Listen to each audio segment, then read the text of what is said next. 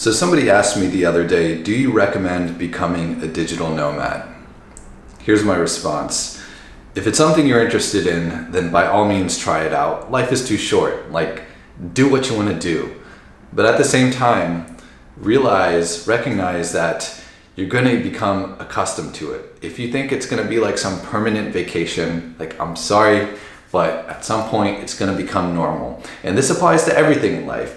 If you think that making millions of dollars or becoming famous or achieving climbing the top of the ladder in your career path or getting like some super hot girl or like doing whatever it is you want to do, if you think that's going to make you happy, it's probably not. I mean, maybe in the short term it will, but eventually you're going to become accustomed to it. It's going to become the new normal, the new baseline.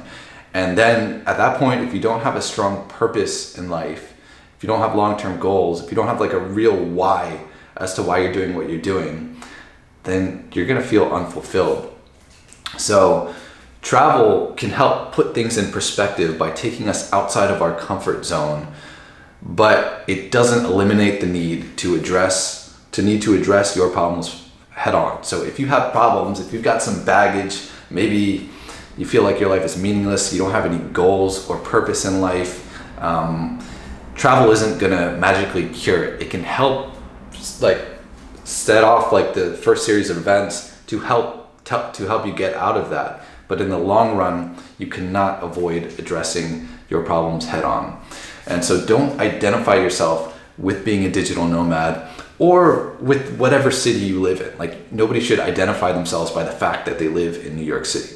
Because if that's how you identify yourself, you're gonna feel very unfulfilled, and you can't avoid addressing your life purpose and goals and why you're here on the planet and what you want to bring to this world. You can't avoid that without addressing it head on. All right, so otherwise, when it comes to being a digital nomad, I will say, I think most people, at this point you can just stop the video because I don't want to like shape your experience too much by telling you how, like, my thoughts.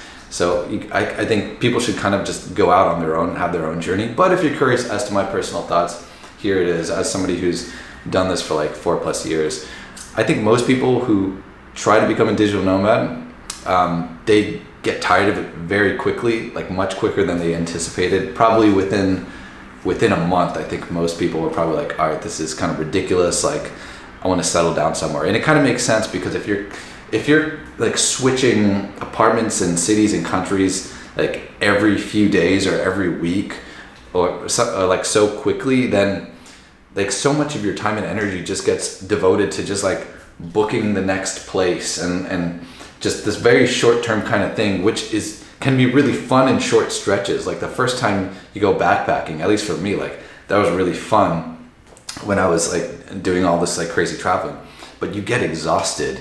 And also it starts to feel meaningless after some time, because at the end of the day, like, what are you really accomplishing when you're doing that? You're not working towards any long-term goals, unless like this is part of like some long-term goal. Like maybe if you want to be a travel photographer or like travel the world and like write a novel about it or something. If there's like some real purpose behind it, then okay, there's something keeping you going.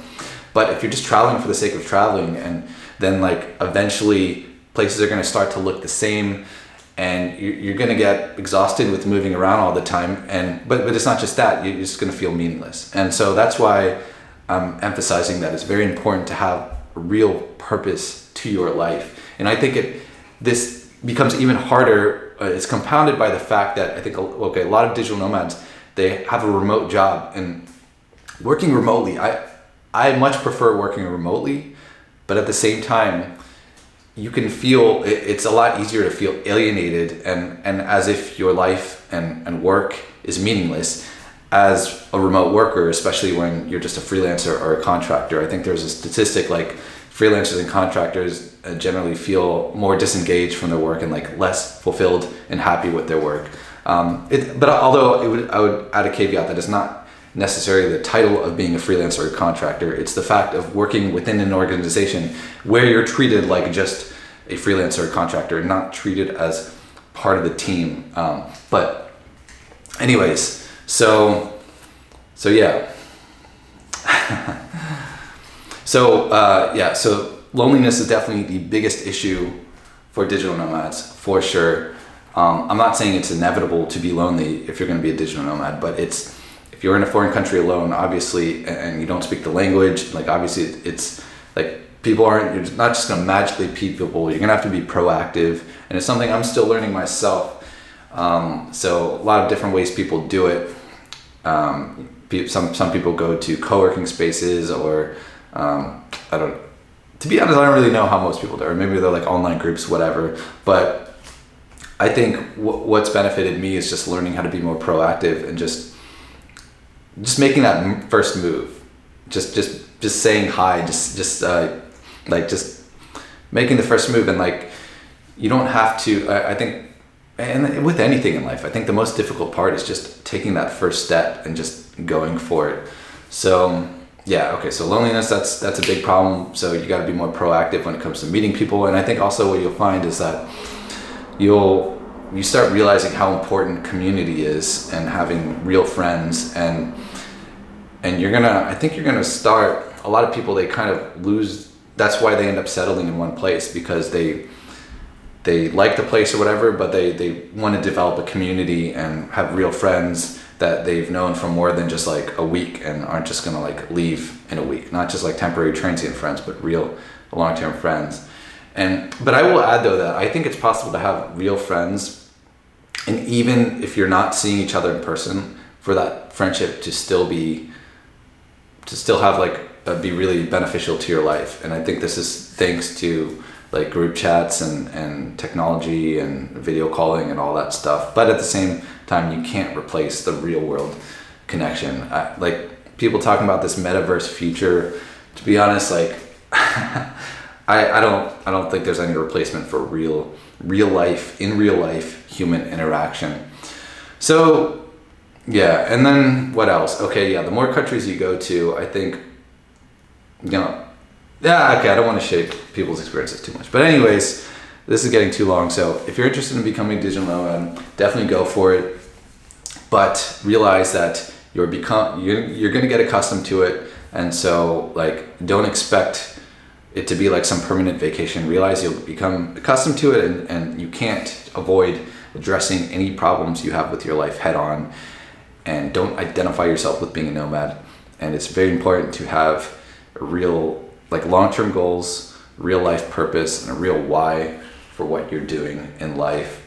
And then also recognize the importance of community. Unless you're a total hermit, friendship is very important, and don't neglect that. And I think that's something a lot of digital nomads struggle with. So don't neglect that, and don't neglect your purpose in general in life, because I think it's easy to feel disengaged from reality when you're just a remote worker in some random foreign countries, and you don't feel like a real strong purpose with your life.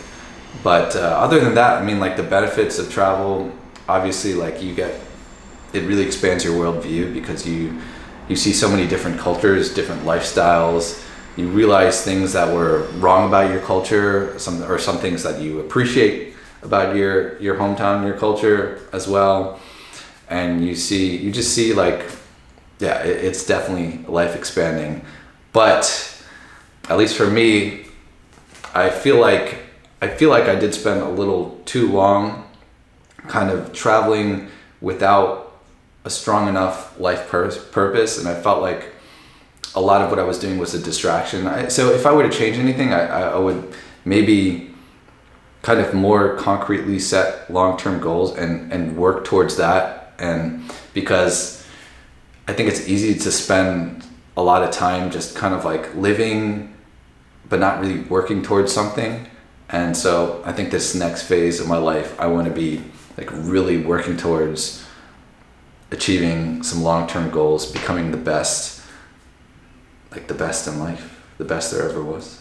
So yeah, all right. Yeah, let me know if you have any more questions, what you think of what I just said, and I'll see you in the next video. All right, peace.